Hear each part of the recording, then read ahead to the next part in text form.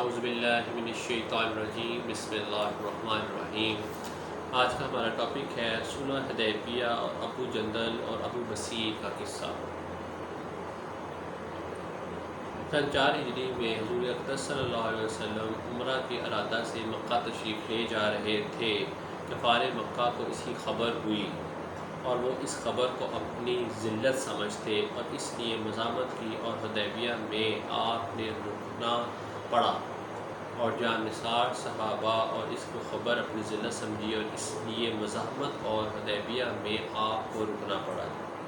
جان نثار صحابہ رضی اللہ عنہ ساتھ تھے جو حضور اکرم صلی اللہ علیہ وسلم پر جان قربان کرنا فخر سمجھتے تھے، لڑنے کو تیار ہو گئے، مگر حضور اکرم صلی اللہ علیہ وسلم نے مکہ والوں کی خاطر سے لڑنے کا ارادہ نہیں فرمایا اور صلح کی کوشش اور باوجود صحابہ کی لڑائی پر مستعدی اور بہادری کہ حضور اکرم صلی اللہ علیہ وآلہ وسلم نے کفار کی اس قدر رعایت فرمائی کہ ان کی ہر شرط کو قبول فرما لیا۔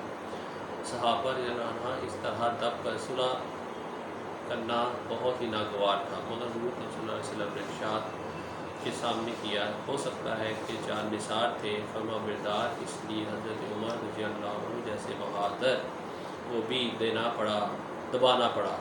صلح میں جو شرطیں تھیں طے ہوئی، ان شرطوں میں ایک شرط تھی کہ کافروں میں سے جو شخص اسلام لائے ہجرت کر کے مسلمان اس مکہ کی طرف واپس کر دے۔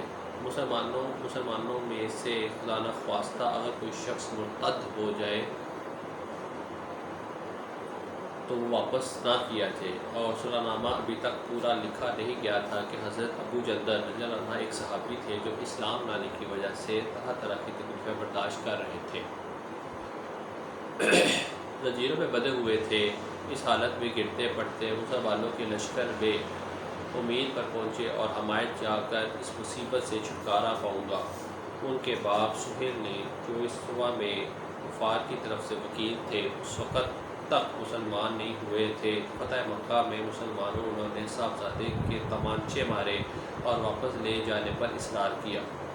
حضور صلی اللہ علیہ وسلم نے ارشاد فرمایا کہ اس صلح نامہ مرتب میں نہیں ہوں، اس لیے ابھی پابندی کس طرح، مگر انہوں نے اصرار کیا اور مسلمان ہو کر کتنی مصیبتیں اٹھائی۔ چنانچہ واپس کیا جا رہا تھا، اس وقت مسلمانوں کے دلوں پر جو گزر رہی تھی اللہ کو معلوم ہے۔ حضور صلی اللہ علیہ وسلم نے ارشاد فرمایا، حضور صلی اللہ علیہ وسلم تسلی فرمائی، صبر کرنے کا حکم دیا، عطاف کیا، اور ان قریب اللہ تعالیٰ شان وہ تمہارے لیے راستہ نکالیں گے۔ مکمل ہو جانے کے بعد ایک دوسرے صحابی ابو بصیر بھی مسلمان ہو کر مدینہ منورہ پہنچے اور کفار نے ان کو واپس بلانے کے لیے 2 آدمی بھیجے تھے۔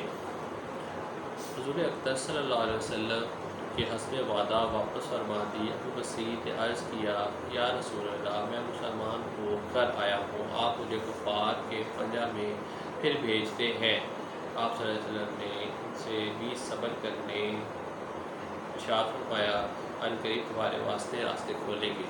یہ صحابی دونوں کافروں کو ساتھ واپس ہوئے، راستے میں ایک سے ایک کہنے لگے، یار تیری یہ تلوار بڑی نفیس معلوم ہوتی ہے، شیخی بازی آدمی سے ذرا سی بات پہ ڈھول ہو جاتی۔ وہ نیا نام کی تلوار نکال کر کہنے لگا،